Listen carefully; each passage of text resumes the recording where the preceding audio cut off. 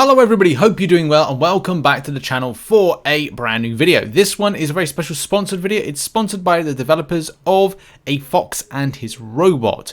We're going to go over some of the chapters. I played this game for an hour and we're going to look into what went down, thoughts and all that particular stuff. So this is a video made by one singular developer and is available on the links in the description, which is available on Nintendo Switch and Steam. This is done solely by Joshua Janik, and it's incredible to note when one particular developer has a passion project, an indie particular project that is seen through to the end. So it's really cool to see that. And there's a lot of moving parts to this game as a platformer. A lot of great scenery as well, and it's well crafted. There's a few things that may be buggy here and there, but there's a lot of things that will require you to kind of work quickly and work as just work quickly. We're going to see that in this particular segment. So let's start off with my footage. So as I said, go and check out the link in the description. Thanks to the developer Joshua for sponsoring this particular video. So right early on, there's a good test of this. We go through 4 chapters of the game, and first of all, starting off with this particular chapter. This, I believe, is chapter 2, if I remember rightly, and the tree kind of foresty zones chapter 3, and there's kind of a snowy zone, which is a chapter 4, and there's more chapters as well to go through. In that particular segment just there is a little bit of a wait time. You have to wait about 20 seconds, I think I counted, for a platform to come over. It can feel like a little bit of a wait there, so I don't know if Joshua will ramp up the pace when it comes to the platform coming towards you. There's a lot of things you've got to really think hard about how you access them, and if you've played games like Mario and other ones similar platformer games, you have to kind of look at things like those. They're kind of trophy token things, and I don't know if they add up to things like stuff on your Steam inventory, and being available on Steam, there's loads of achievements I can imagine you can go and grab. Right here, there's these little kind of interactional bits here where there's looks to be air that's floating you up in the air. There's I think feathers. Are they little feathers? They might be little feathers. But trying to kind of get this right, and that's the thing about platforms. You've got to get it right, people. And using a little bit of the up in air kind of dash is something that I had to kind of master a bit more, especially when it comes to latter chapters or latter points of the chapters. Very early on in the chapters, it's a bit that can happen. That's the thing about it. If I would say it would be nice to have a camera where you could look down, and obviously on the stick, because I'm using controller for this, trying to look down and look around your area is something you're not able to do. So largely, yes, a lot of the time you're going, okay, well I'll just drop down there, and then you'll find that there's something that's gonna kill you. So luckily there's unlimited respawns, which I like, and sometimes don't dash into enemies, because that ain't going to end well for you.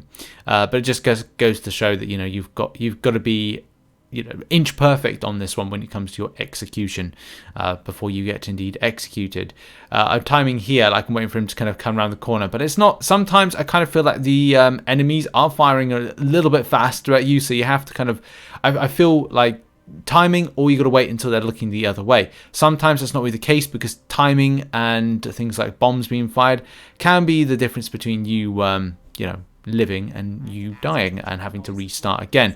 Some annoying things as well when it comes to stuff but I tell you what, I love the background, I love the scenery, I love the way that there's as you get to chapter 4, you go very small and you get more wider into the area. Obviously for this video, I've kind of gone through some of the times where I've died multiple times, and learning to kind of take on things is vitally important. That's important to note, that you have to kind of go right after dash and then jump, or that obviously I wanted to collect that item right there, so we jump and then we jump again, and then what we need to do with this particular time is you have to dash and jump. So is it going to do it? Yes. We're going to just ram up here. We're going to time it, and because I just have to check there how fast I go across, and dash up, dash and jump. So there we go, we've got it. And then I'm at a point we're going okay, well I think what I need to do is a different way of approaching that. So we then go back, and we jump again, because the dash and jump worked, but what we have to do is kind of I want to say dash, jump, and jump again, or I was just practicing now just to make sure I got it right. And anyway, in any case, once I got past that particular segment, which did require me to like jump, dash, and jump again or something like that, again, just down to timing. Timing's important. There I had to jump over and then dash at the right time to go through that particular gap. Just a lot of the time is like trying to like figure out where those bombs are and getting a triangulation. And this is where like camera angles and being able to look down would have helped, because I would have been able to see that, you know, very early on and kind of have a look at the timing side of things. But once you kind of get a rhythm of different sections, then you're able to kind of like show the progress, which, you know, and shown in this particular video is just waiting there, waiting for the bomb to fire, then I'll jump up. But thing is, I should have jumped on the bomb launcher to the left, then I'd be able to kind of move from there. Oh, got very lucky with the jumping there. Bouncy, bouncy, bouncy, jumpy, jumpy, jumpy, jumpy, jumpy, jumpy, jumpy, jump on there, wait for the bomb to launch, jump on there, and then what we're doing is jumping down. Now, I don't know if I was meant to jump up, but there was loads of these little kind of collection doodahs that I was like, okay, well, I'll collect them as part of this.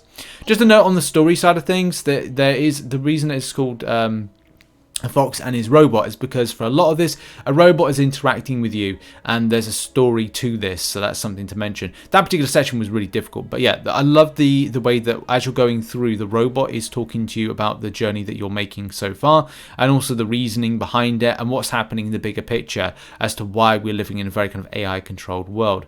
Now, I think I had found a little bit of an exploit here, standing on the edge of the bomb launchers. It was the only way I kind of found like I could actually do this, because it is very difficult in this section. That's one thing maybe the developer might want to look into, because it is technically an exploit, you know, with other platforms being able to stand right on the little kind of like ledges, which invisible ledges like there means that you're not going to get hit by the missiles. So it's, yeah, maybe something that Joshua might need to look into, don't know. Probably will be a good thing to kind of look into this, because, you know, it then will kind of bring back the skill element rather than the cheesy exploit that this is. Anyway, we jump across there. I was relieved to get through this though, because I didn't think I would get any further, and this particular section was fun as well, but you had to this was very inch perfect, and you can see I was very unlucky to land right on a bomb. So for this particular section, you had to run forward. There's a particular gap between a missile, which if you jump up, you're able to go through the gap. And then here, my problem was, because again the camera is something that you're not able to look across, stuff like this can happen, but you know, that missile that was coming towards me from that particular robot AI was kind of bad, kind of really annoying. And getting a knack to this particular section was a thing, because you have to like jump at the right time, or jump through a bomb kind of being fired at the right time.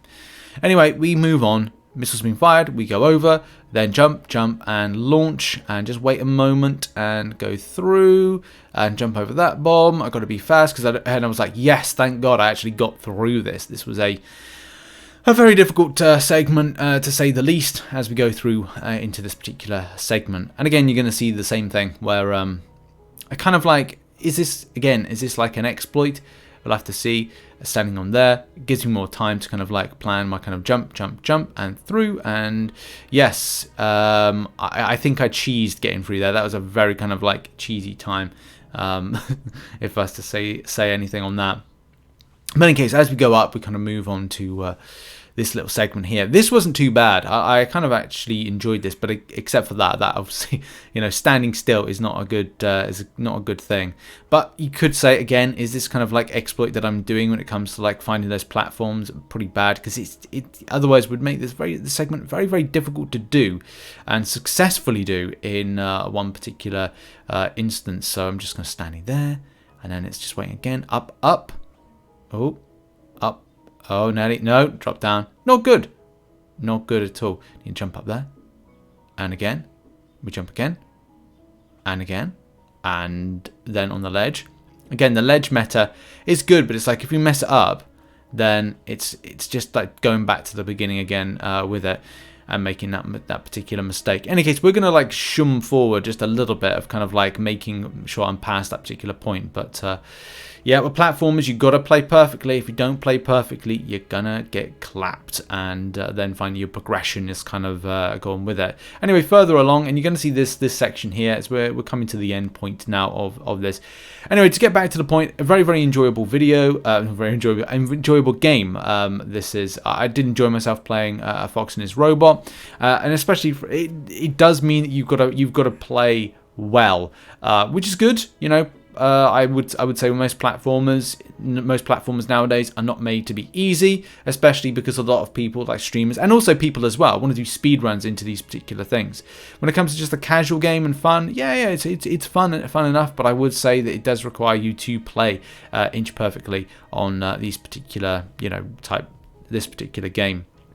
So, you know, for a casual, yeah, there's fun there. It's just the case that you may get a bit frustrated if you're not able to get past certain points. But let's face it, the more you do one particular thing multiple times, the more it becomes easier. But it's a great game, and I would say because it's been made by one solo developer, this is an incredible piece of work. Well done to Joshua. And also, I would say, like, you know, the story side of things is kind of cool. I was able to follow it quite nicely. There's a nice video message right at the start from Joshua talking about, you know, his passion around this game that he's created. So it was always nice to see that, especially you know, from somebody that creates something. You always want to be passionate about what you create. And yeah, you can check it out. It's available on Switch, and it's available on Steam, and it is controller compatible. Very good on the response. It works well with the controller, and I think actually, because I was using this with the controller, it worked pretty well. And this last section is what we're going to end up on right here, especially because, again, I don't know if I was using an exploit around this, but a little hop over, and I was actually very happy to finish this particular segment, which did take a little while. So yeah, the game is available on the Nintendo Switch and the Nintendo eShop, but also is available on Steam. Thanks for this video sponsorship, and I'll see you in the next one. Bye bye.